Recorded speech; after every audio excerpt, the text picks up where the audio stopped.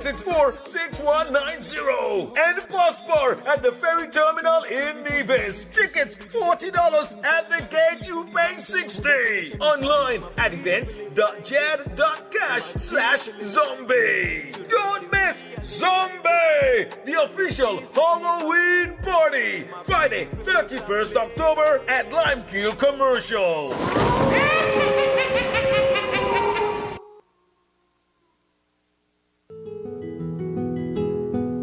Hey St. Kitts, are you ready? Events Extraordinaire has a brand new home. Find us now at Unit A6 in the Sands Complex, your one-stop shop for unforgettable events.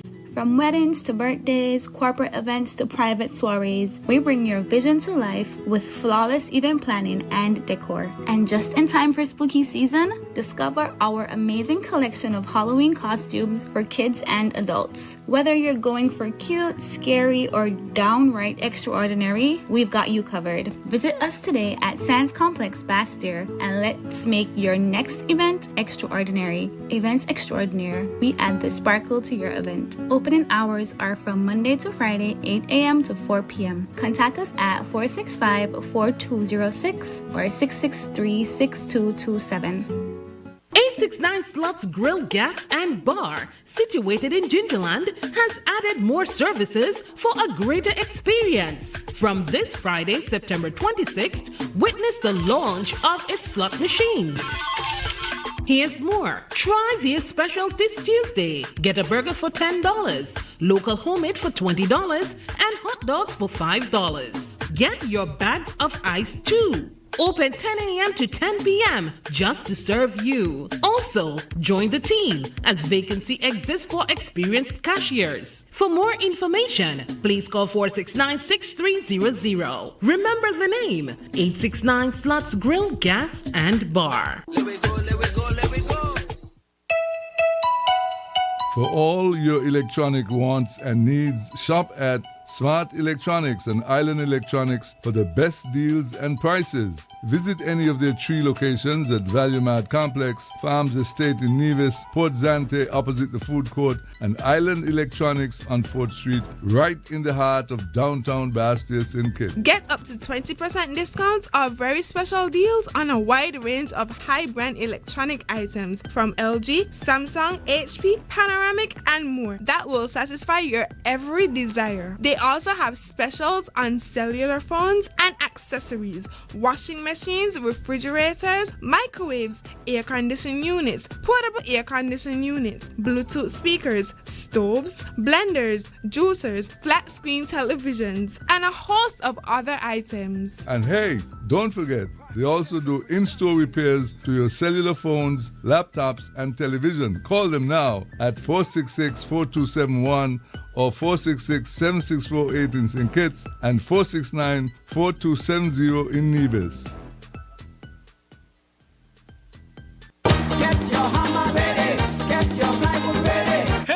Are you getting ready to put on your new roof, or you're having problems with your roof right now? Well, call JR Roofing Services and they will take care of every and anything to do with roofing. Call 766-4894, 660-0877 or check them at Taylor's Housing. Need a brand new roof? They install it. Got a leak in your roof? They can fix it. They even dispose of your old roof with absolutely no cost to you. They deliver adequate service for all your roofing needs. So if you have anything to do with roofing, call JR Roofing Services today.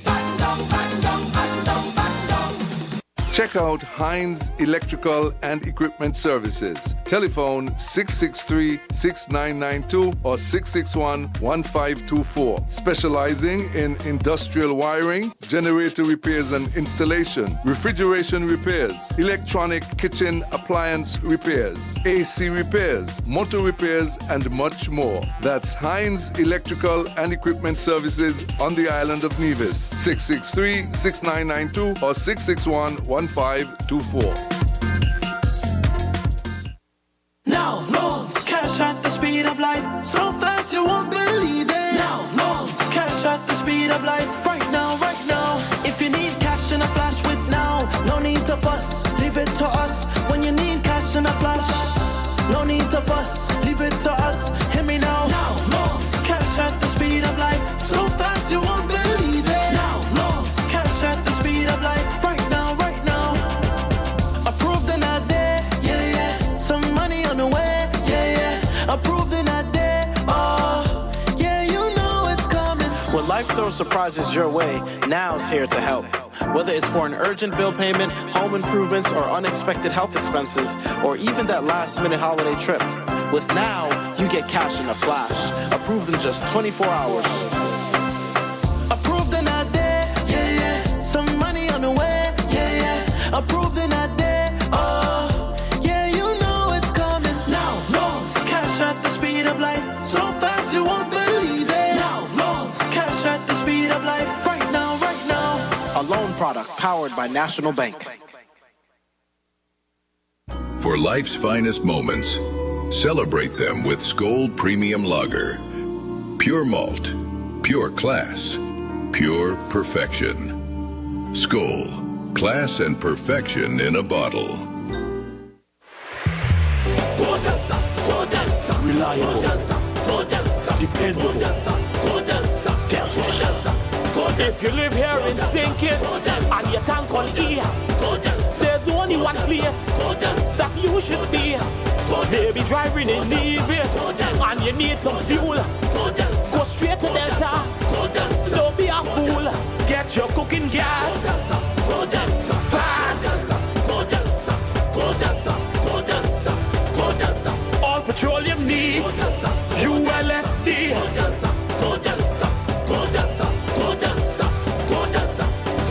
Everyone in the region is shouting, Go Delta. Premium gasoline in a fully stocked C-store. So there's only one place you should be. Delta Petroleum, baby. Back to school shouldn't meet you unprepared. St. Kitts Credit Union's Back to School loan helps you borrow up to $10,000 with flexible repayment plans, fast approval, supportive terms. Invest in your child's future with confidence, because every child deserves a strong start. Start today at www.skccu.com or call 465-2272. SKCU, invested in their future with you. Hey, Webmaster here. I stay connected to Freedom with the Freedom SKN app. Simply search for the Freedom app in the Android's Play Store or the Apple's App Store and download it. Enjoy world-class radio at its best, anytime, anywhere. Become a Freedom apper today.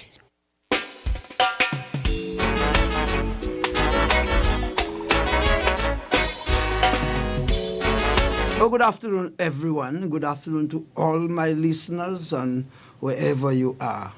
And I want to just say thank you to my listeners overseas. The last time I received calls from my friends as far as Michigan. This is great. I am happy that you are able to schedule your activity so that you can listen to my program and take part in the show. Without you, we don't have a show. It is 1:44 p.m., and we are broadcasting from St. Kitts, Nevis.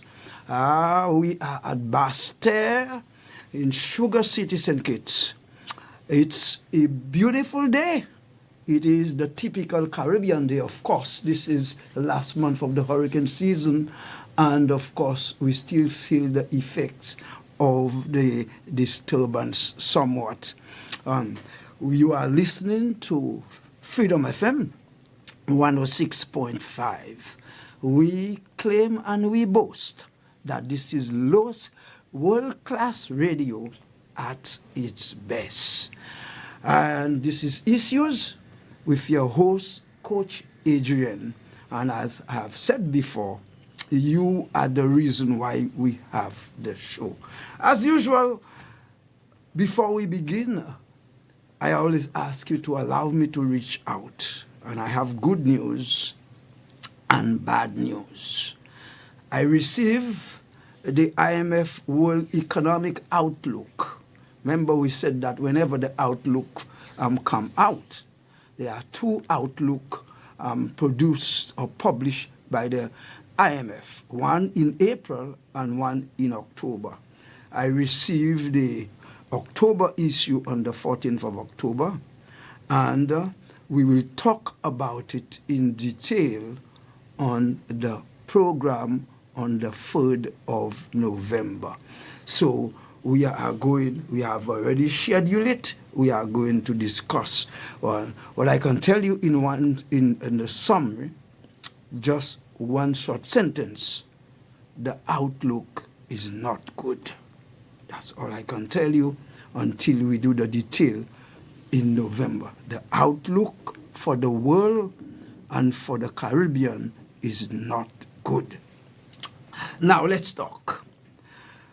Now, the last time I promised, because we had so many callers and then so many issues were raised, I promised that I would deal with the question to start our program today, our talk show today.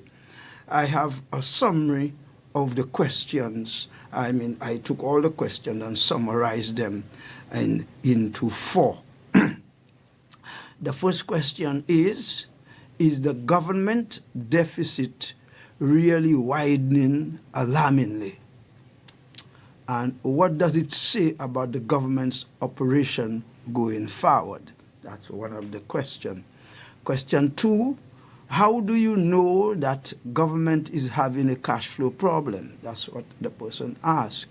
Okay, question 3, what is done with the CBI money? They mean the Citizenship by Investment revenue. And following up, what is going on with CBI? And the last one, what can government do to address its persistent fiscal problem?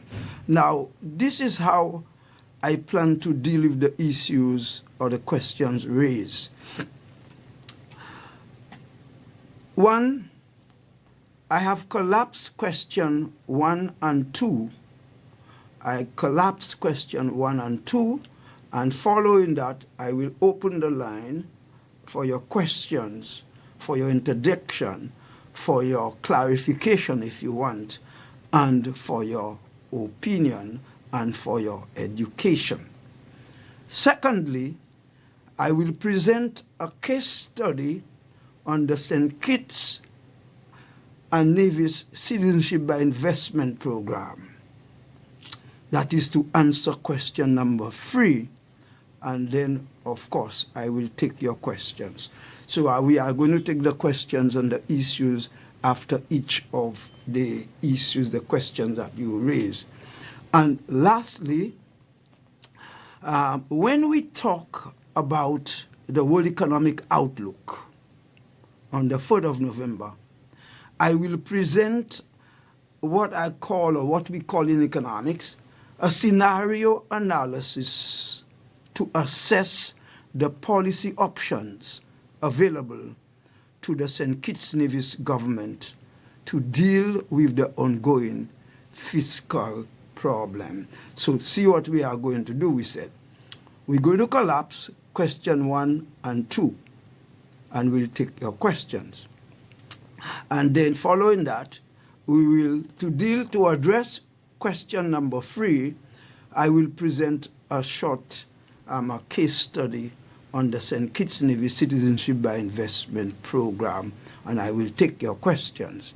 And then we said on November 3rd, we are going to do a scenario analysis, that is to answer the question, what are the options, or what can the St. Kitts and Nevis or the Dr. Drew's government do to deal with the ongoing fiscal problem? Okay, so I hope I have made myself very clear. So we are going to deal with the question number 1 and 2. That is the government deficit really widening alarmingly? What does it say about government's operation? 2, how do you know that government is having a cash flow problem? So we are going to deal with these 2. We said we collapse. Okay, let's begin. I'm looking at the data now. Most of my data I am collecting them. I'm taking them from the Eastern Caribbean Central Bank. And there are some of them where when I take them from the IMF, I will tell you. But in most of my cases, I am going to use data from the Eastern Caribbean Central Bank. And this Eastern Caribbean Central Bank, they do a very good job. If you go on their website, and they have quite a good series. And not only that, these are reliable data. They are reliable data. The only thing that I don't agree with them, and I don't agree with the IMF, I don't agree with the World Bank, when they continue to publish inflation figures that don't make no sense because the basket is outdated. And you can't give me the argument, we must use what we have. That's rubbish. I don't want to hear that. And in intellectual things, we don't do that. Professionally, we don't do that. In fact, you can put a footnote and indicate that that this is the nature of the data and things and whatever.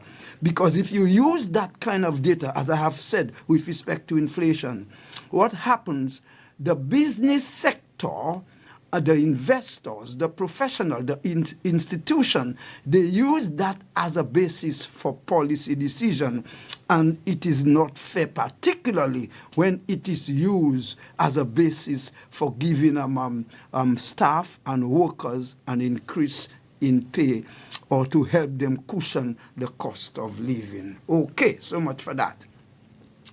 Since 2022, the Dr. Drew's government has had a persistent deficit.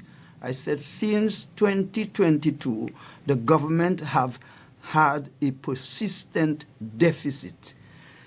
That is indicating that there is a continuous gap between government spending and revenue. So since 2022, there have been that continuous gap between what comes in, the flows that come in, and the flows that go out. And of course, as I said, I'm using data from the Eastern Caribbean Central Bank to explain. Now, if you look at any report, whether it is the central bank report or the IMF report or even the government account, one of the line item that we place the microscope on is what is called the primary balance. It's really, in fact, in the old structure, in the old methodology, they didn't use primary balance. I remember when I went to university, we didn't use primary balance. That title or that definition or that name came later on. Simply that line item would be designated as surplus/budget, whether it's a surplus or a budget. Because what it does, in a sense, is to look at all that come in, that is revenue, and then look at all that goes out, that is expenditure, revenue minus expenditure. And it can either be a surplus, just like a business, it's just like a business, or just like your home, or just like you. It's either you have a surplus from all that come in and all that goes out, or you have a deficit, meaning that you are outspending yourself. Okay. Now, central bank data I'm using for 2020, 2021, 2022, 2023, and 2024. In fact, the data, that's the same set of data that IMF uses, because when IMF comes, what they do, just like central bank, they get the primary data from the government. That's the primary data. We call that primary data, or the raw data, the dirty hand data. So they get that primary data, and they collate it. When you collate it, it's just like in agriculture. Agriculture is primary activity.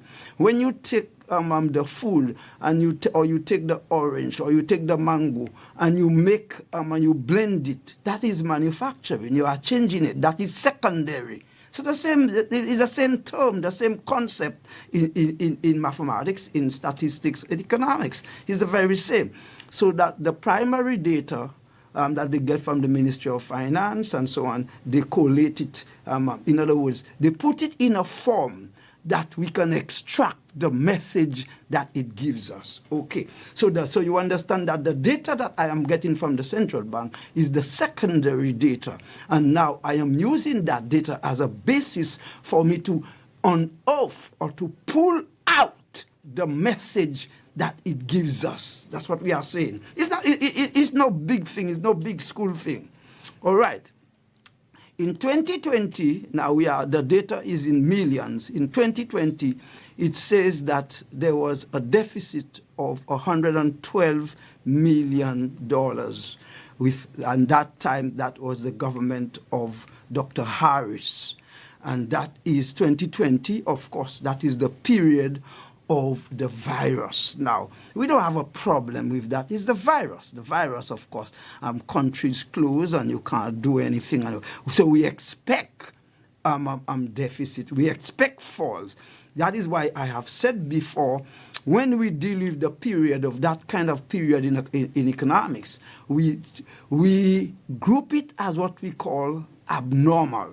So therefore, we're not going to use that data for us to do the smoothing or the averages. We would treat that as abnormal.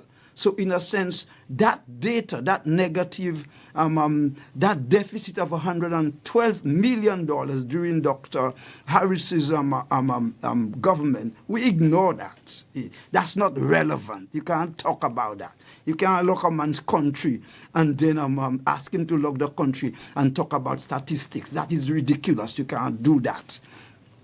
So 2021 now. 2021. So we take 2021. Now, even with 2021, sometimes when I do my analysis, I even kind of ignore it. Why?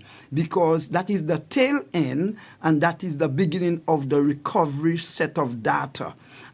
So I normally say, okay, look, you can't be very hard on 2021 because that is, you just open up the economy and then whatever. So you expect governments to continue to do badly, to perform badly. In fact, you expect a huge deficit still in 2021. Ha! But watch it. Watch it. When I saw that data, it was so amazing. I laughed. And I told my wife, look at that. Look at the data. Look at the data for 2021. Actually, in 2021, Dr. Harris actually made a surplus just after the virus of 96 million. Father in heaven, when I saw that, I remember my friend Maz. And Maz, if you are hearing me, boy, I am calling you back. I'm humble enough to call you back.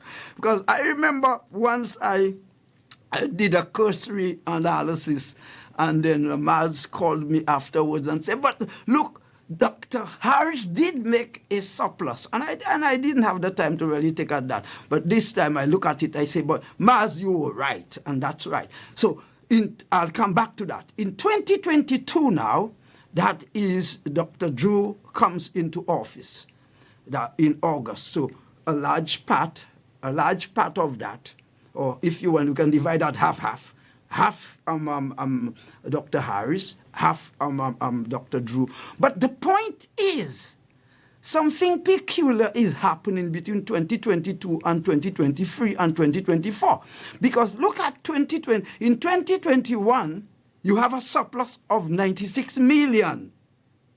And that is just after the virus. In fact, that is ridiculous.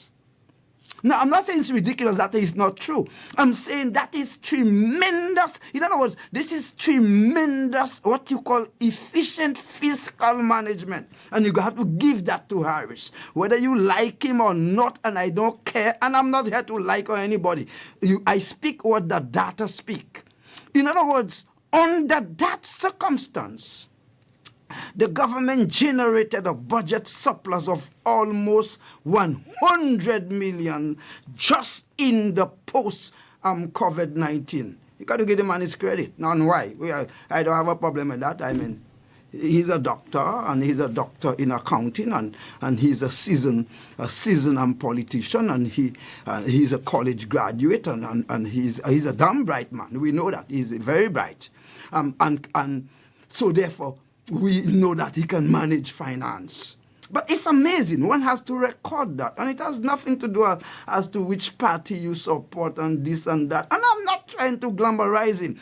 I'm talking the facts. Let the data speak the facts. It says, coming after a locked economy, at a time when the government was spending to spur a limping economy. In fact, during the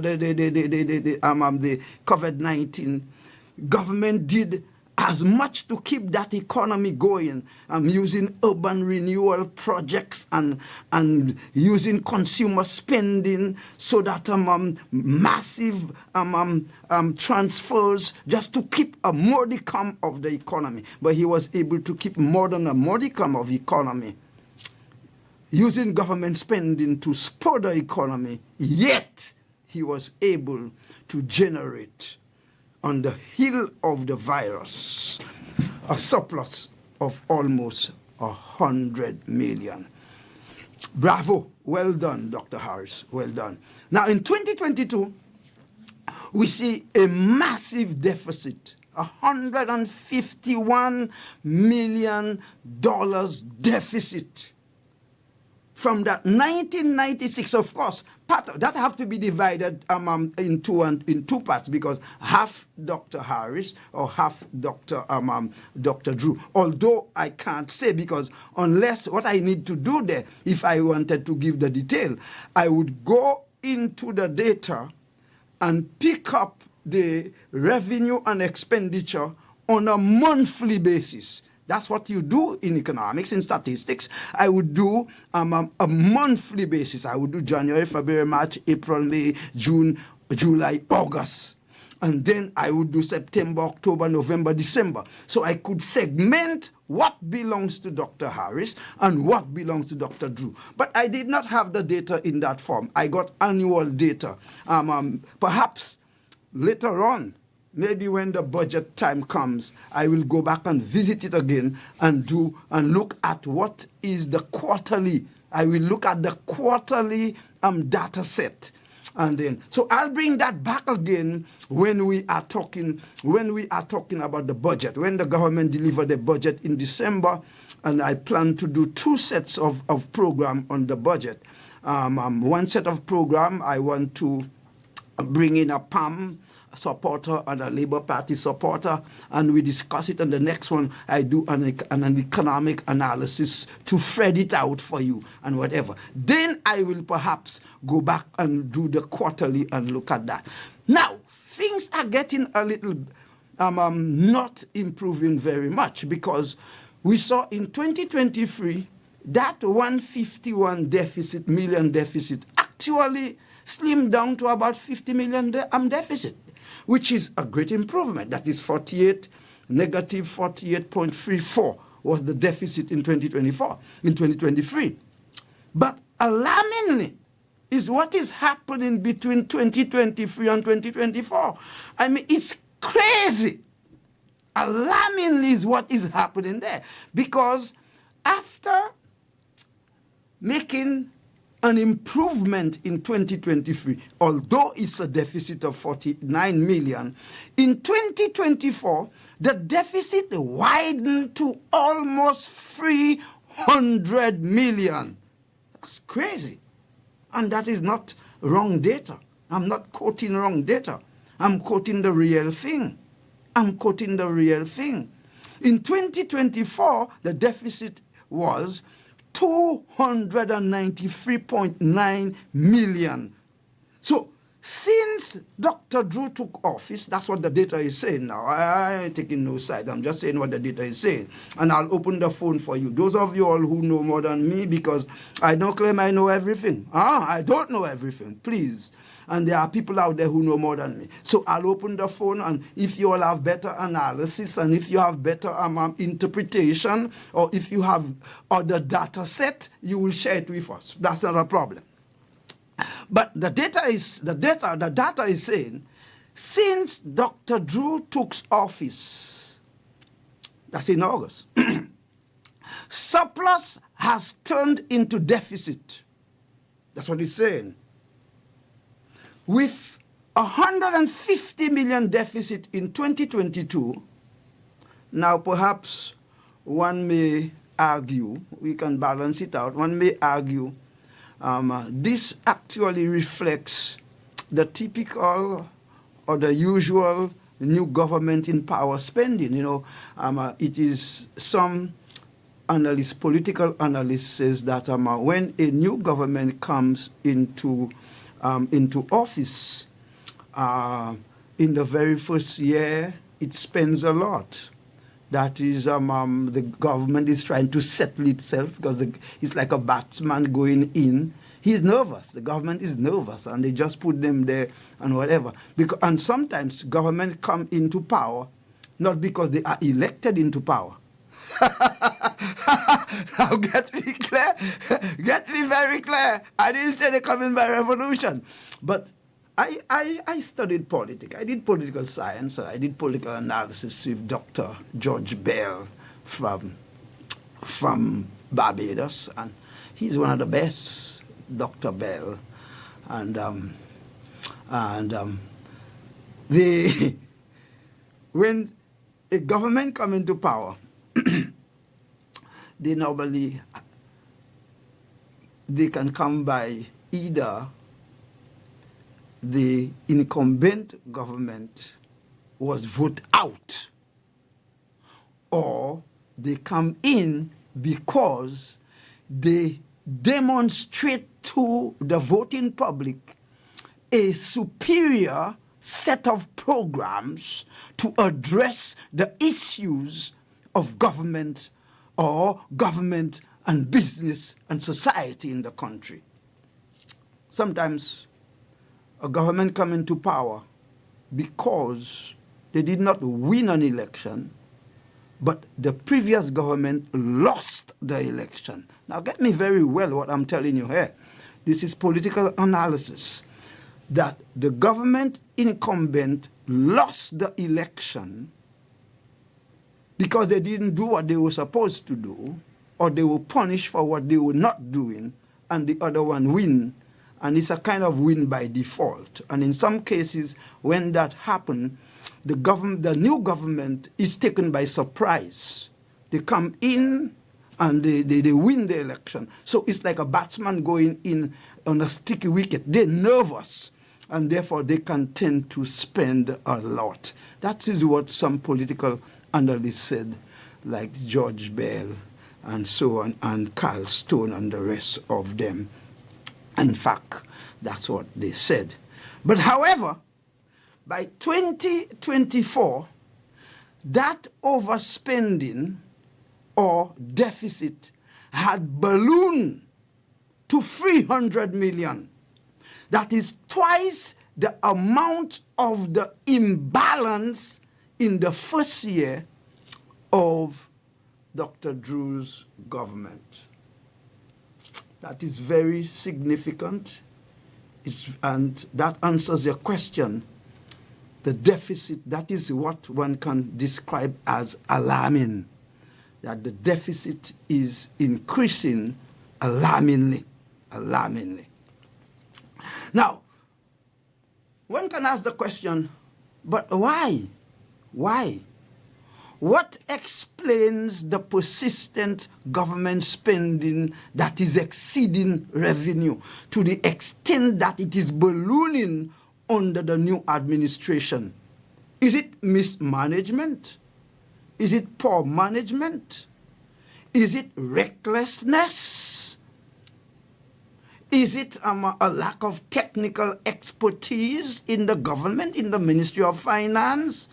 Is it an absence of dialogue or connection between the political directorate and the technocrats and the bureaucrats? Well, I don't know. I can't answer all of these things. But all I can say, I can look at the data. I look at the budget data, the data set, And I see 2 line items that point to the root of the problem. I see 2 line items that point to the root of the problem. And I look at the tables, and I see one is transfers and subsidies, and the other one is payroll. And I'm using the ECCB data set. And I'm going to look at those 2 line items. There's 2 line items. Remember, you have revenue, and under revenue, you have all the different line items that contribute to revenue. Then you have expenditure, and then you have all the line items below expenditure that detail the different lines of flow that make up the total expenditure. And I'm looking at 2 of them, that is transfers and subsidies, and I'm going to look later on at payroll-related expenditure.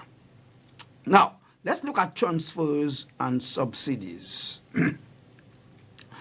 When we speak about transfers and subsidies, we're really talking about, let's talk about transfers first. Let's speak about transfers. When we say transfers, what do we mean? We mean monies that government give to individuals or household, or tax breaks that government give to cushion rising cost of living, inflation, economic hardship, such as the Christmas duty-free allowance. And government have just announced the Christmas duty-free allowance that extends from the 1st of December to the 31st of January. And succeeding governments do that every year. That includes, for example, I hope you have not forgotten, the government gave the budget boost wallet. Yes, and I tested the system, and the system worked. It worked, and people benefited from that. Yes. Then there was the CBI dividends. Don't forget that. The CBI dividends. And there are a number of, in fact, I look at the whole list of, if you want, transfers and safety nets under the Dr. Drew's administration. And I simply wrote on it, I see PAP and whatever, and I simply wrote, they are too numerous to mention.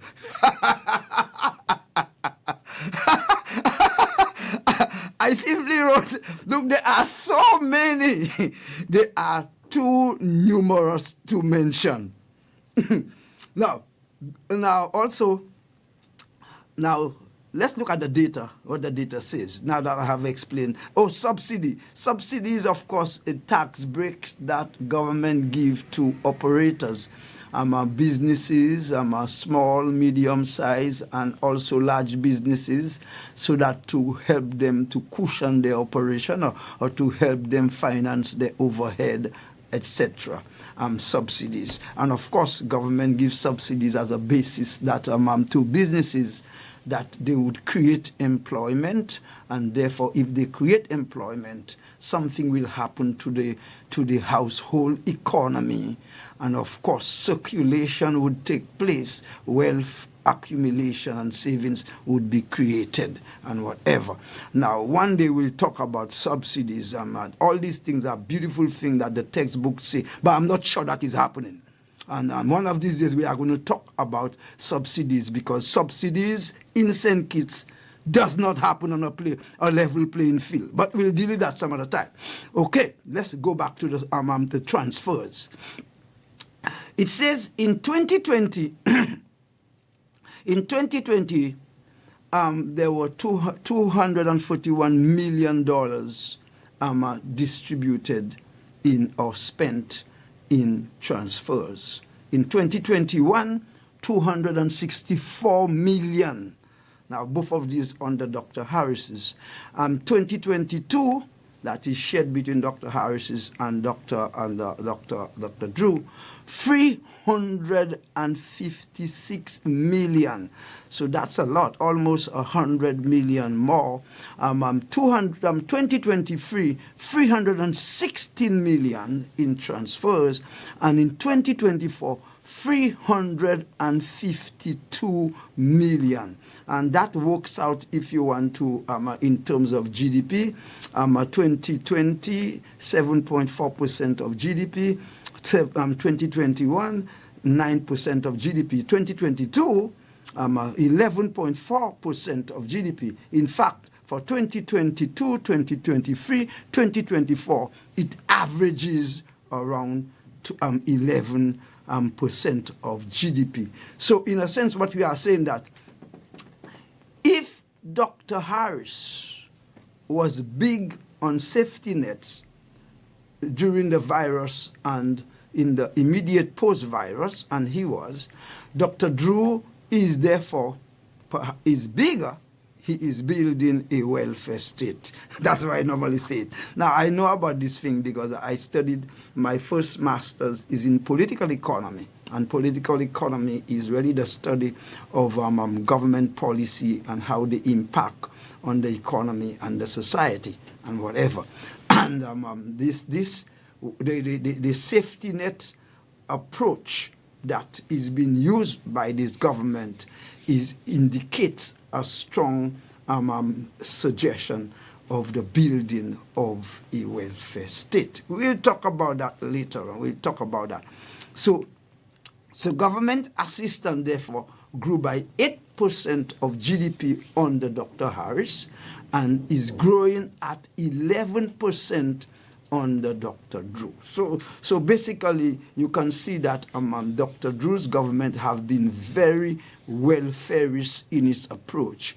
And therefore, a lot of this expenditure, a lot of this deficit, the widening of this deficit that we are talking about, is a lot of monies that is given out back to the population, back to the people, a number of the people who can't afford. But more than that, because in the case of St. Kitts, a lot of them, sometimes, not sometimes, in most cases, the transfers are made to everybody. And we will talk about that later on.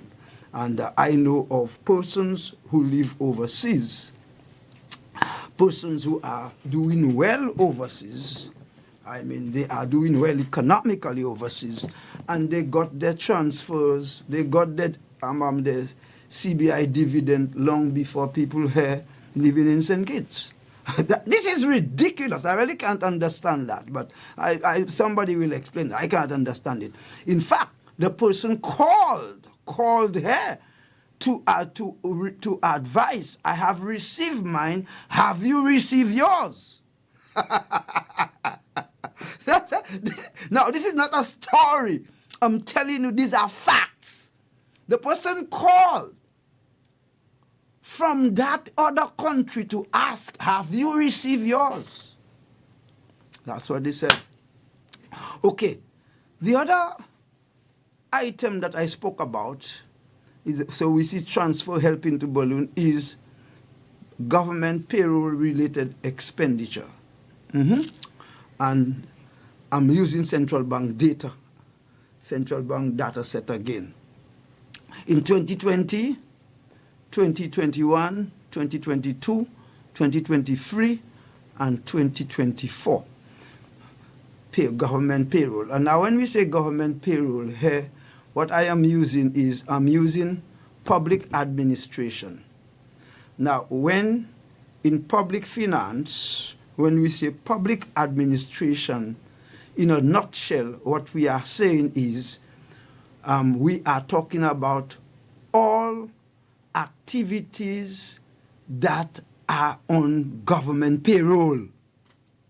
So public administration. Because then you also have, if you want, the quasi-government operators. They are not on payroll. Say like Development Bank, National Caribbean Insurance. They have majority ownership in National Bank. These are public enterprises. These are public enterprises.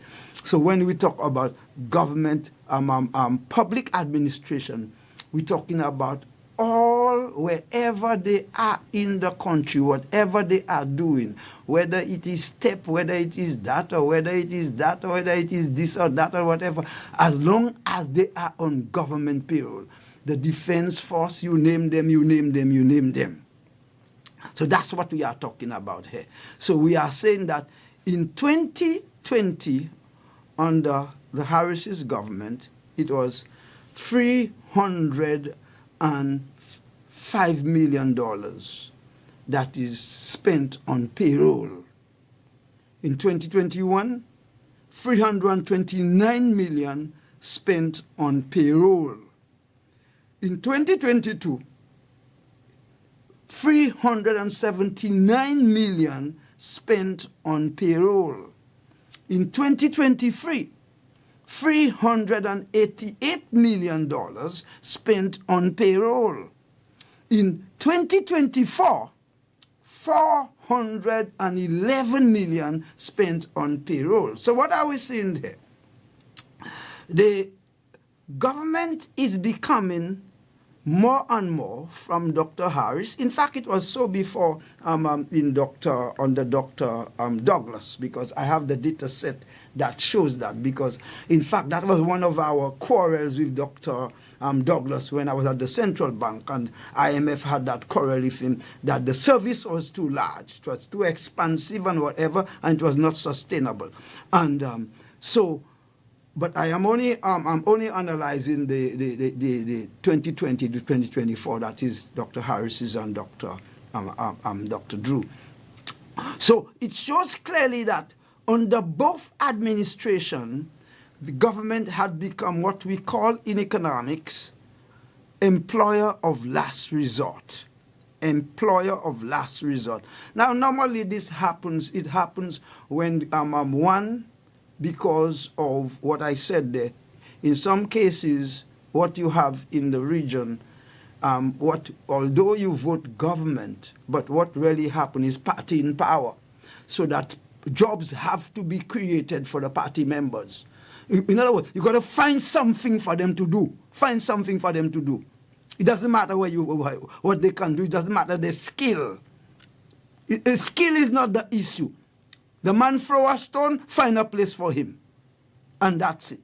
And then that's it. That's how it is. So government become, and also that happens when, in some cases where government does not have the capacity to stimulate the economy. They don't have the wherewithal to stimulate the economy.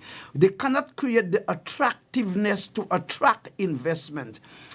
In cases when the investor confidence is very low, and we have seen that since the Douglas administration in 2015, investor confidence have been very low in St. Kitts, and so much so that the attractiveness of the country have not maintained its buoyancy as it was under Douglas, and that has nothing to do with whether I like Douglas or not.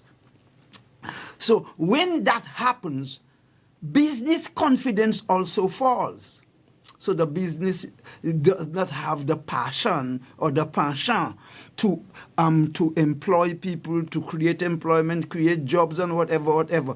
Government tends, as a technique to catch vote or to maintain vote or to buy vote, they bloat the civil service. And in a sense, that's what you are seeing. You can go everywhere now. You can go everywhere. Almost every agency is loaded with people. Some people are there. They are on their phone. Other people, they have a plug in their ears. When you come for the service, you speaking to them, they can't even hear you because they are listening to music. Others are just there, and some places are crowded. And we learned that in economics. I mean, basically, if you add too many people, the marginal returns drops and so on. So, government, employer of last resort. So, we see, therefore, between 2022 and 2024, the service has ballooned. So what we see under Dr. Douglas, it had already expanded. under Dr. Harris and Dr. Drew, the government actually ballooned, and now, particularly under Dr. Drew, he is overstretching the balloon. But the thing is, as I showed you last time, that there are 10,947 persons on payroll, on public administration payroll, and that's about 41% of the working population. Now, it may be bad for the accounting sheet. It may be bad for the economic, if you want, policy issue that you want to stimulate activity and growth. But one may reason that all these people inside there, they are of voting age. And therefore, if you sweeten them up, these are votes that you have.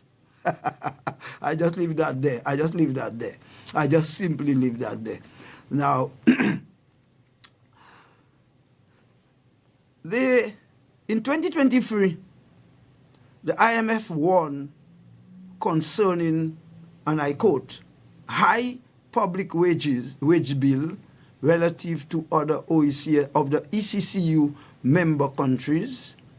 And the IMF also warned, that's the 2023 IMF, continuous government deficit. So IMF warned on that in 2023. In 2024, the very same thing. IMF have been warning that the public wage bill is too high, it is not sustainable, and that the deficit that the government is making is not sustainable, is going to cause harm. In fact, if I put it together, from reading the IMF report, it is saying, reports, 23 and 24, that the unaffordable and unsustainable government payroll is the primary cause of the government cash flow problem. It doesn't say it like that. I simply paraphrase it. So, to answer the question, the government does have an alarming, a serious cash flow problem. And it is saying that these had been warned and continue to be warned against by the IMF, the International Monetary Fund. You can pick up the reports in 2023 and 24 and read them. It's right there. You look at government accounts, or you look at the analysis under the account. So that it forces us, therefore, to say that the government welfare program, which takes the transfers, which takes a lot of that expenditure, is unsustainable. It is unsustainable. The government certainly, how they are performing with the flow, with the accounting position, the financial position, they cannot get that kind of money that they're making available to people, although that is good. It was helping, of course, to create activity for consumer spending. But you can only give as much as you have, unless you can get somebody to finance that deficit. So that so all the budget, the budget boost wallet and this and that and whatever, yes, no matter how good they were, but they're not sustainable. Because you are, in a sense, and I'm going to show you why it's not sustainable, because I'll open the phone line, and then following open the phone line, I will show you how this is creating more pressure for the government. I will show you that, okay? So the government welfare program is unsustainable, and with now, last time I spoke, with the drying up of U.S. funding for U.S. aid and WHO/PAHO, Prime Minister Holness is already crying, and he told you that he can finance that $450 million US on an annual basis for those projects. And people in the countries that were, in a sense, benefiting from that, they are crying out. The situation for St. Kitts, likewise, appears that it will get worse. When I come back, I'm going to take an advertisement, and when we come back, I'm going to open the line, and then I'm going to give you added information reflecting that fiscal pressure. Hey, Webmaster here. I stay connected to Freedom with the Freedom SKN app. Simply search for the Freedom app in the Android's Play Store or the Apple's App Store and download it. Enjoy world-class radio at its best, anytime, anywhere. Become a Freedom apper today. Now loans, cash at the speed of life, so fast you won't believe it. Now loans, cash at the speed of life, right now, right now. If you need cash in a flash with now, no need to fuss, leave it to us. When you need cash in a flash, no need to fuss, leave it to us. Hear me now. Now loans, cash at the speed of life, so fast you won't believe it. Now loans, cash at the speed of life, right now, right now. Approved in a day, yeah, yeah. Some money on the way, yeah, yeah. Approved in a day, oh, yeah, you know it's coming. When life throws surprises your way, now's here to help. Whether it's for an urgent bill payment, home improvements, or unexpected health expenses, or even that last-minute holiday trip. With Now, you get cash in a flash, approved in just 24 hours. Approved in a day, yeah, yeah. Some money on the way, yeah, yeah. Approved in a day, oh, yeah, you know it's coming. Now loans, cash at the speed of life, so fast you won't believe it. Now loans, cash at the speed of life, right now, right now. A loan product powered by National Bank. For life's finest moments, celebrate them with Skoal Premium Lager. Pure malt, pure class, pure perfection. Skoal, class and perfection in a bottle. Reliable, dependable, Delta. If you live here in St. Kitts and your tank on E, there's only one place that you should be. Maybe driving in Nevis and you need some fuel. Go straight to Delta. Don't be a fool. Get your cooking gas fast. All petroleum needs ULSD.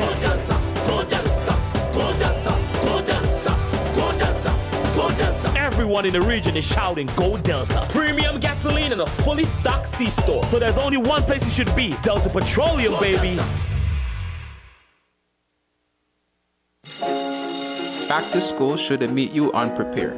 St. Kitts Credit Union's Back to School loan helps you borrow up to $10,000 with flexible repayment plans, fast approval, supportive terms, invest in your child's future with confidence. Because every child deserves a strong start.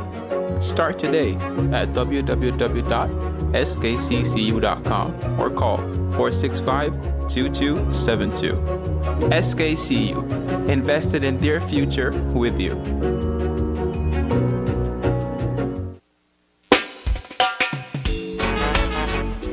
Welcome back. Welcome back. We are actually answering the questions that my listeners posed last week, and I'm dealing with the first two questions. That is whether the government has a cash flow problem and whether the government's deficit is becoming alarming, whether it is threatening. And the data shows that. Now, I am opening. I have looked at transfers, what government spending on transfers on payroll. I'm going to look at government savings, and but I'm going to open the line for you now. The numbers to call is 662-1065. 465-6474, 465-0546. You can give me your response, you can give me your education, you can give me your interpretation, or if you have a superior data set that is different from what is produced by the central bank and the IMF, then you can educate us. You can educate us, or you can share your opinion, or you can give us your views. So the number to call again, 662-1065, 465-6474, or 465-0546. And until you call, I am continuing. Now, government is not only overspending. Now you would expect if government is overspending, that is all right. That is not all right, kind of permissible. But at the same time that government is overspending, it is drawing down its savings rapidly. Now here comes the problem now. If in a typical business, you are spending more than you are making, you are spending more than your sales revenue that is coming in, it means you're in problem. Now, normally, you would hope that you have a little savings to back you up. But if you are spending more than your sales income that is coming, and then if you are drawing down your savings at the same rate, basically, you don't have to go to no big school to know that. Your business is heading towards failure. Your business is heading towards failure. Why? Because in one word, business is cash flow. Business is cash flow. And I have said it before. There are instances in a business, particularly medium-sized and large businesses, where you want to undertake a project or you want to undertake a particular investment, and you may say to yourself, look, let me take an overdraft so for that particular period and whatever. But if you are running your business as an operation, but the business cannot finance itself year after year, and all you have to do is to go to the bank and get an overdraft for you to finance operation, basically you're already out of business. And don't fool yourself. You are simply leaving your home every day because you want to I suppose you don't want to die. You believe if you stay at home, you will die. But what you run in here is not just a hobby. In fact, maybe it's not even a hobby again. You are simply going through the motion, and you are paying people to do things for which you get no return. So basically, if you are simply your lifeline as a business is an overdraft, and not for the purpose for which that I mentioned, close down operation. You're wasting time. You're working for the bank. You're wasting time. Now, let us see what we are talking about, the government. So, we look at government savings, and I'm drawing here from the IMF report 2024. 2020, 2021, 2022, 2023, 2024. Now, I am going to ignore 2020 because I have just established that it's abnormal. It is the virus years. I could even ignore 2021. But because 2021 is so significant, I'm going to highlight it. So I'm going to look at 2021, 2022, 2023, 2024. What we are looking at? We are looking at what is happening to government's deposits at commercial banks. In other words, what is happening to government savings? Remember, we said that government is accumulating huge deficit. It is spending money that it does not have, huge, by 300 million. So what is happening to savings? In 2021, the IMF estimates savings in the commercial bank was as high as 30.4% of GDP. That is significant savings. But I can see why that is so. Because as we saw over there, previously when we looked at the primary and balance, we saw that Dr. Harris again was very efficient in fiscal management. So it is coming back to us. The data speaks to itself and the data confirms itself. So in other words, not simply that he made a surplus of 96 million in 2021, but he had massive savings in the bank to the tune of 40% of GDP. So, but if you look at 2023 now, under Dr. Drew, savings in commercial bank had gone down to 20% of GDP. But IMF won now. IMF is alarming, not at 2023, but IMF, you can look at the IMF report. IMF is alarming now at 2024. Because from 20% of GDP in 2023, by 2024, government savings had gone down to 10% of GDP. Father in heaven, something frightening is happening. Something frightening is happening. So look at under duress of 2021 with Dr. Harris, exceptional management, management. Not only a surplus, but massive savings. But the savings of 20% of GDP in 23 is now whittled down to 10%. So what are we saying?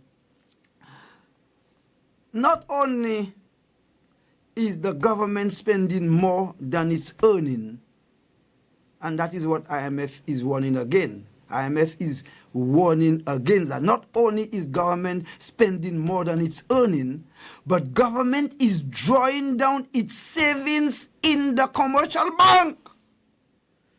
Now you think that is all. You think that is all. No, that is not all. No, that is not all.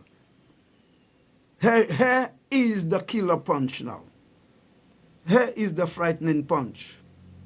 One, the deficit is widening, alarmingly, frighteningly. The savings are plummeting very, very rapidly. That's not all.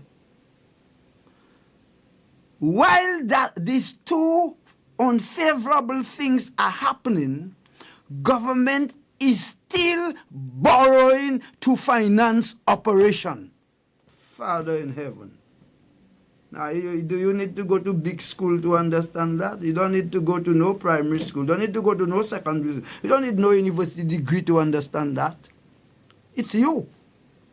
Think of yourself. Think of your house. Think of your little business. Think of your house. Think of yourself. You do not have you spending more than you make in your salary. Two, you are eating from the little savings that you have, and you eating from that rapidly is going down. But that's not all. You are still taking loans to finance your operation. So basically, you have debt all over your head, all over your body, all over. In fact, everywhere you walk around, your name is debt. Because you cannot finance yourself. You cannot sustain yourself. Now, here's the evidence. We're looking at government debt, and I'm taking the data set from the Eastern Caribbean Central Bank. 2020, 2021, 2022, 2023, 2024. We're looking at what happened to the national debt. Now, the national debt for this period stayed around 1 billion. So the national debt stayed around 1 billion. Even when Dr. Harris was making his surplus, the debt stock was still high. And remember, in fiscal borrowing or government borrowing, it's not like commercial borrowing. Government can borrow on different terms and different conditionalities than you. For example, government can have large moratorium, that is large period, long period that it doesn't have to pay. Government can have its interest payments staggered in different forms, because you see, government has fiscal, they have fiat power that you don't have. Government has more credibility than you in the market, because government have the capacity to raise and to make money, so to speak. But so we're looking at the government debt now. I break it down into foreign debt and domestic debt. I'm looking at 20. I said we ignore in 2020. Let's look at 2020. In 2020, 2021, the foreign debt of the government that is under Mr. Harris was 324 million. That is the borrowing from creditors outside of the country. In 2022, it was 322. In 2023, it was 303. 2024, 316. Now, watch something very clearly. Watch something now. Just open your eyes. Listen carefully now. We are looking at the debt. We're breaking the debt into foreign, what is owned to outside, and what is owed to inside. So, for the outside debt, we saw it lingers, or it bottom around 300 million. 300 million. Now, let's look at the domestic debt. For the domestic debt, 2021, 764 million. 2022, 774 million. 2023, 803 million. 2024, 783 million. What are we saying here? What are the figures saying? Simple. The figures are saying that the government, both under Harris and particularly under Dr. Drew, they have a passion, an appetite, a large appetite for borrowing locally. Now that is very, very important. I'm making a very important point. They have large appetite for borrowing locally. Why? Because borrowing on the foreign market is expensive. You have to borrow, particularly on commercial terms. Why? Because St. Kitts is a high-income economy. As a high-income economy, St. Kitts has very little access to grants and soft financing. When we say soft financing, that is, remember that money is an asset. Money is an asset. You buy money. For example, when you go and put your money in the bank, what in essence you are doing is you are selling the money to the bank. You sell it to the bank. And what is the price you sell the money to the bank?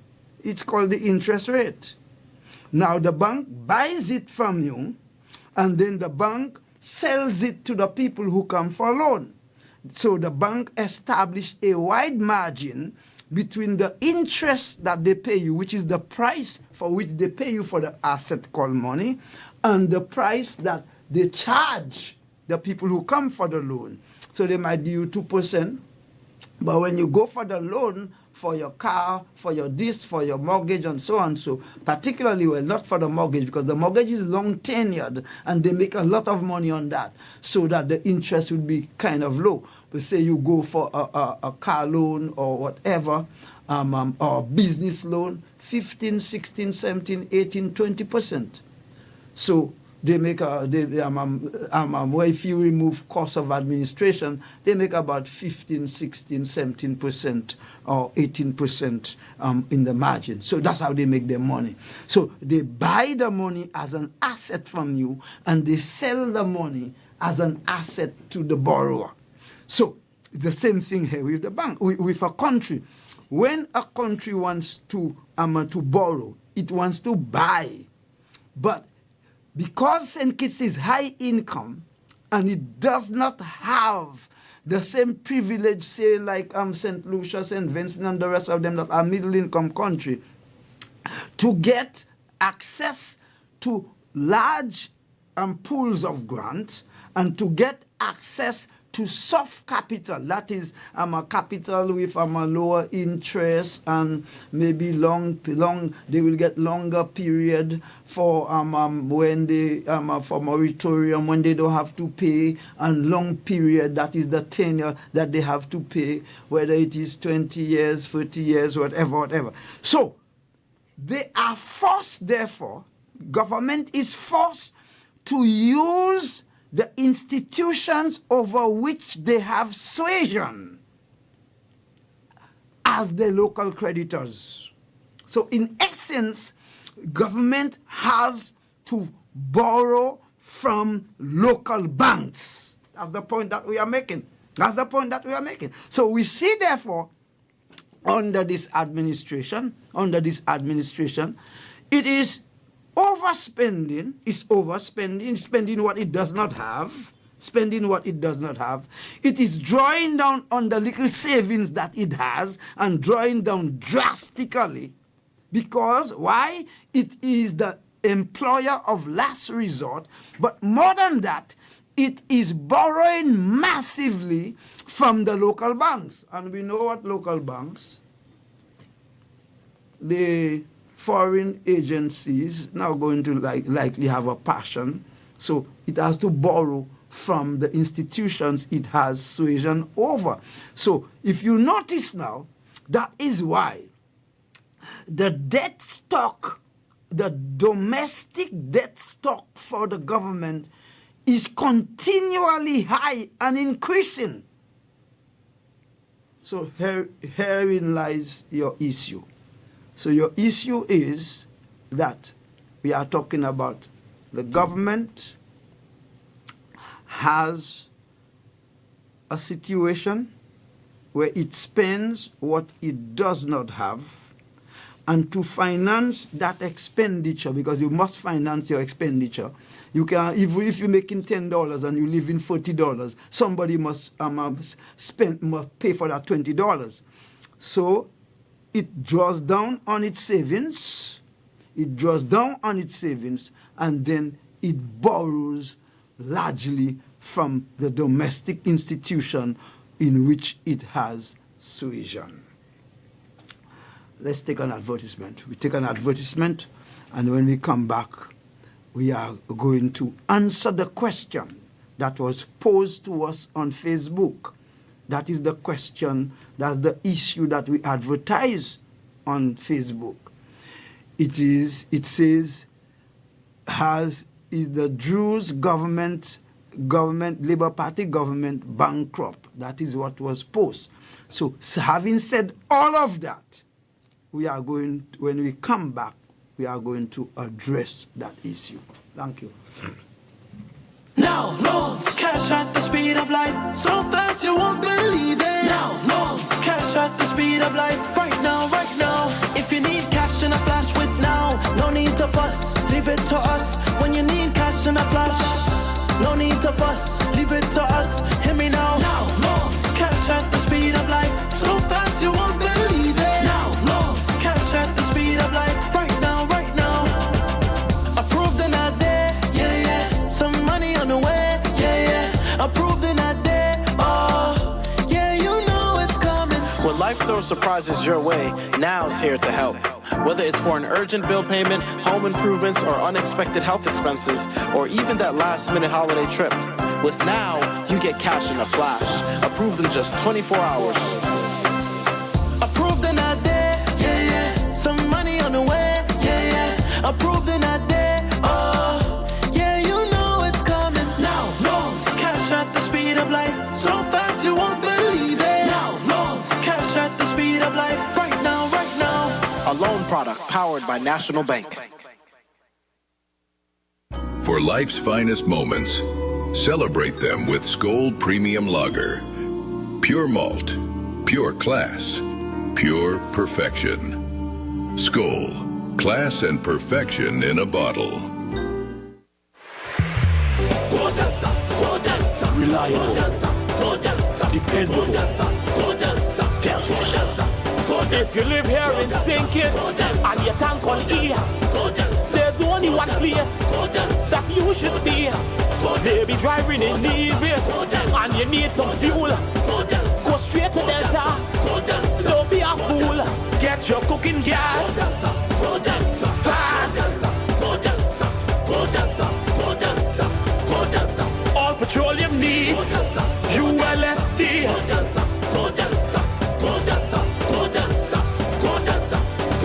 Everyone in the region is shouting, Go Delta. Premium gasoline in a fully stocked C-store. So there's only one place you should be. Delta Petroleum, baby.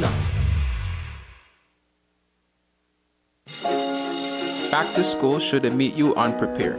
St. Kitts Credit Union's Back to School loan helps you borrow up to $10,000 with flexible repayment plans, fast approval, supportive terms. Invest in your child's future with confidence, because every child deserves a strong start.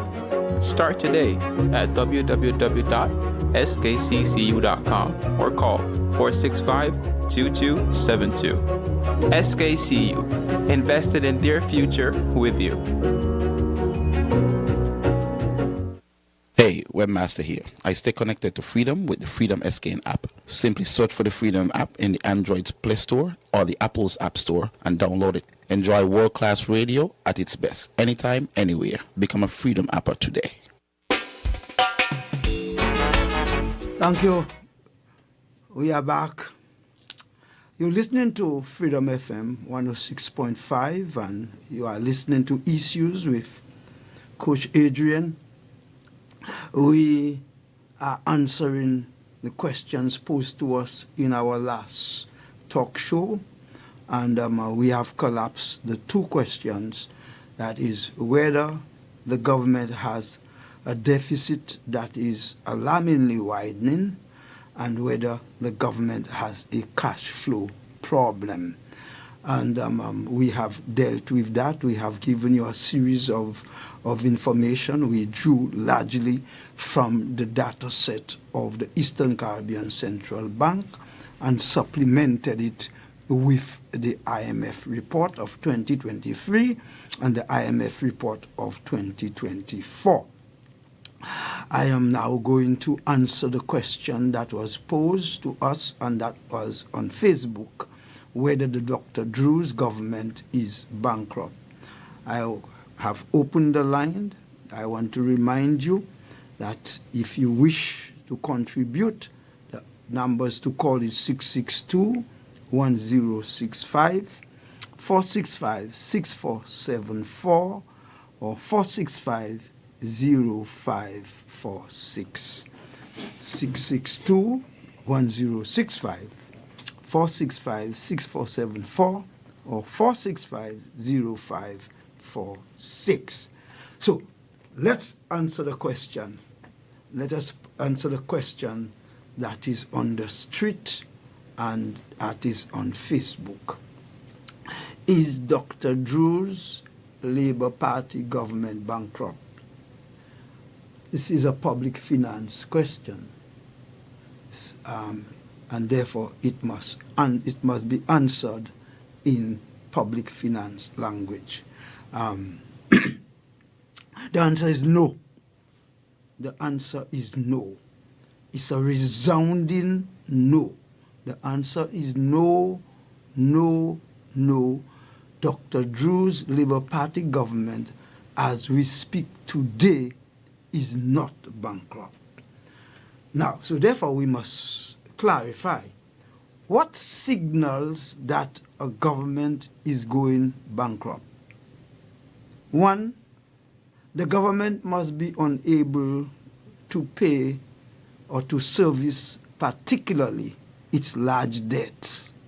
Remember that I broke down the debt in foreign debt and domestic debt. Government must reach the point where they cannot service their debt. Two, government must find itself in a situation where it cannot service both foreign debts and its domestic loans. 3. Government must find itself in a position where it is consistently although it is servicing the debt, but it is consistently making late debt payments. That's very, very critical. Or government must begin to demonstrate that it has to take one loan to pay another loan. You know, some people are like that, you know. Not just con people and not just people who are in all kind of scheme. Some people do that. They owe you, they owe Harry, and therefore they go and borrow from John to pay Harry. And when John comes to them, they try to go to Christopher to pay John. Now, so government has to demonstrate those kind of weakness in their finance to signal that they are going bankrupt. And as we speak, that is not the case in St. Kitts. That has not been the case under Dr. Douglas. It has not been the case. Well, it couldn't be the case under Dr. Harris. He was making surplus even in the with the virus, and it's not the case as we speak with the administration of Dr. Joe. So sometimes people say these things and you're speaking actually, this is what you call casual talk. It's not rooted in empirical, it's not rooted in facts, so to speak. So people say that, and sometimes it is because it reflects what side of the government that you are on, maybe because you don't like the government or you don't like Jew, so you say they bankrupt and this and that. And some people say the government bankrupt, but at the same time, even I remember I interviewed people when they were getting the CBI, dividend, when they were getting the budget wallet booster, and then they were still speaking against the government. They were still saying the government not doing well. Then I asked them, have you gotten so and so? Yes. And how you say it's not going good? So basically, but I'm saying from an economic standpoint, from a public finance standpoint, from a statistical standpoint, from a technical and professional standpoint, the government is not showing signs of bankruptcy. All right? I hope I have made myself clear. But I would say, however, a very big however, a very big however. What do we mean by however? Here are the signs that a government is having cash flow problem. Cash flow problem have to precede bankruptcy. Cash flow problem has to precede bankruptcy. One, there will be an increasing delay in paying monthly salaries. When government having cash flow policy, you'll begin to see an increasing delay in paying salaries on time. Two, there'll be an increasing delay in paying suppliers. Suppliers have a number of businesses supply the government with goods and services and so on. So you begin to get delay in payment and whatever. Delay in payment and whatever.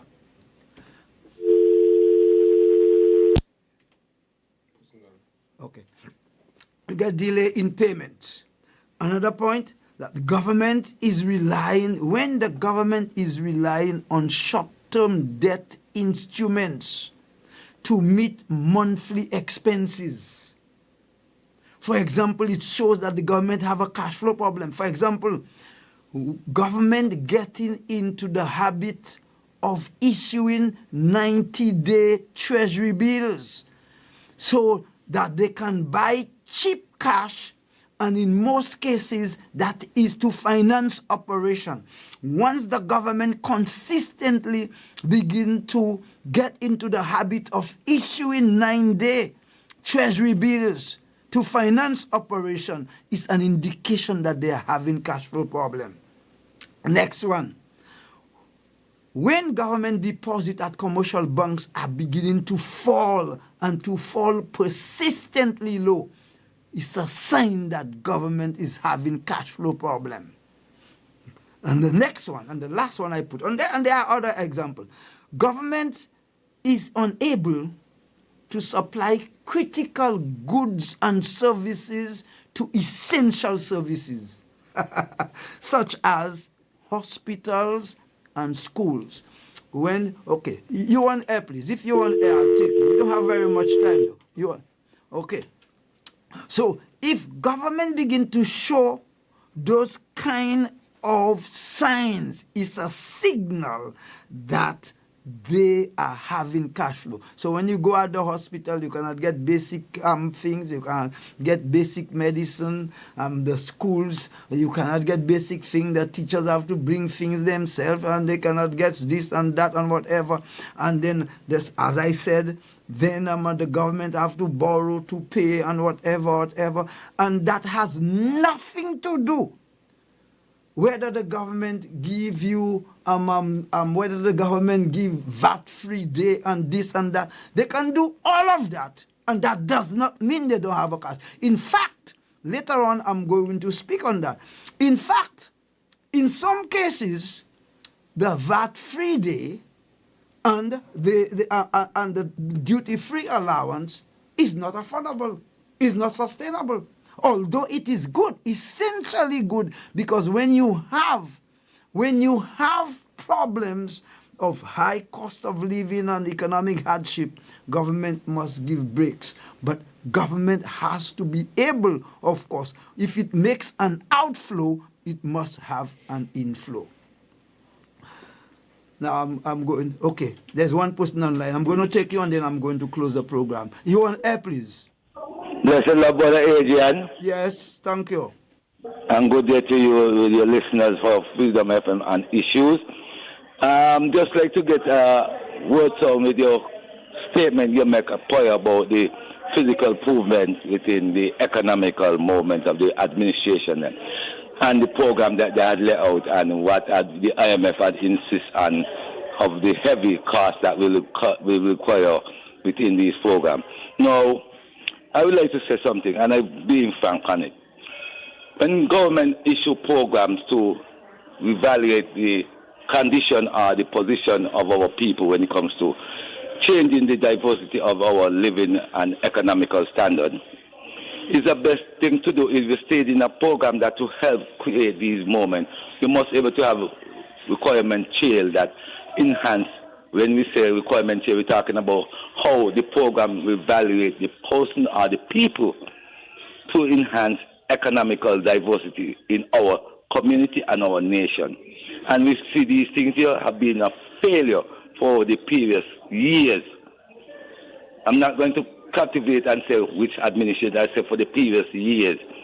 And time to time we are seeing programs just coming along and we're not seeing some evaluation that to say, well, these are the percentage that have captivated the program, and this is how we are seeing the program have staged a good amount in the economical diversity.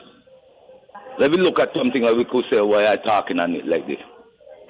There was a program under the farm administration that aligned about turning young youth into entrepreneurs to help stable the development of the youth then. But what can we say now in this time here? How much of this development of these youths have really bring out a change in the diversity of the economy to our people?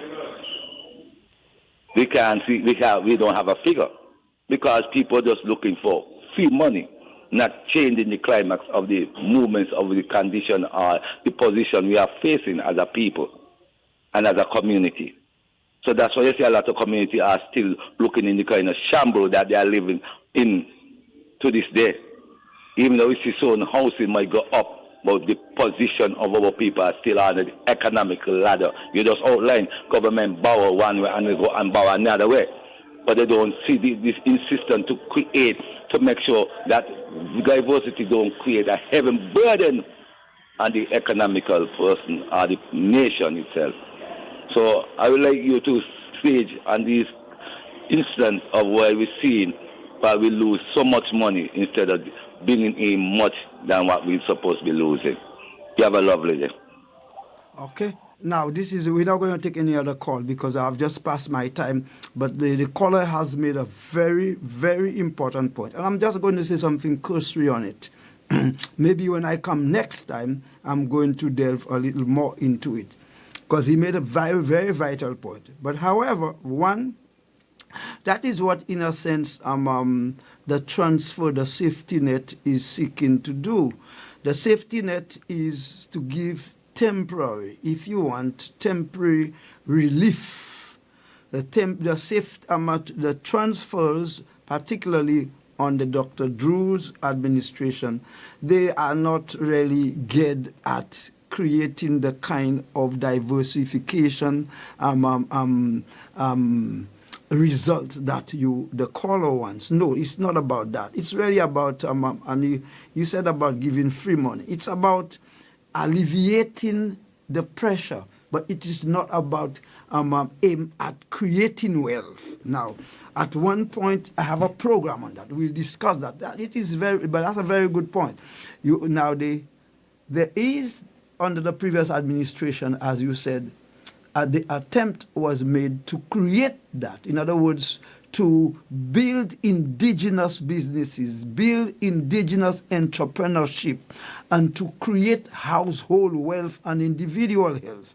I think these failed because it was not properly conceptualized. The methodology was not good. And when the methodology and the concept is not thorough, what happens in those cases, and it happens in kids, the money becomes just monies given to party supporters. And therefore, you give it to party supporters and not necessarily to people who are business inclined, not particularly to people who have. And of course, if you don't put the right structure in place, and I've always said it, we have a model that works. The SEED program that was over at the SIDF. I was part of that SEED program. The success stories are all over in Nevis. The success stories are in St. Kitts. Like New Cleaning, name them, they are there. In other words, but the methodology, the concept, has to be thorough. It's not a matter of just a party trying to do something or one government come to power and they're trying to outdo the other one. And furthermore, it becomes worse because the country under all administration, Dr. Douglas, Dr. Harris, Dr. Drew, there is no national plan. They don't have a national plan. They don't have a development plan. Basically, what they are trying to do is to stay in power. And I close it here. And when I come back, we are going to answer the other question. That is, I am going to summarize on this, and then I'm going to do exactly what I said to do.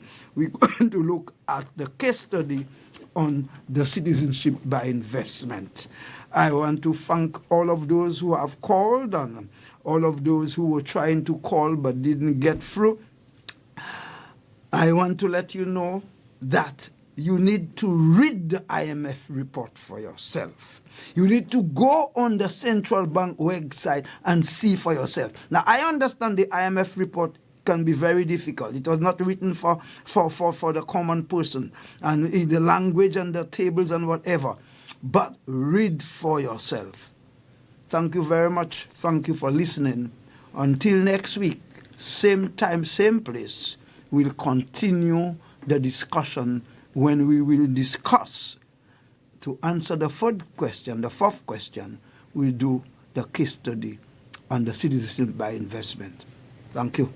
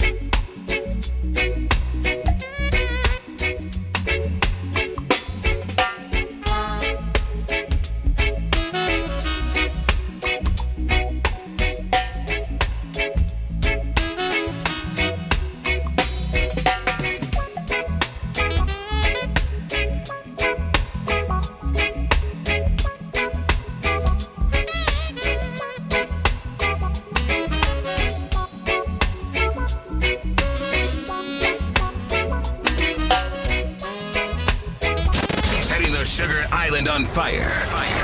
Freedom FM 106.5. Every day we're faced with choices to spend or to save, to delay or to stay on track. It's discipline that shapes our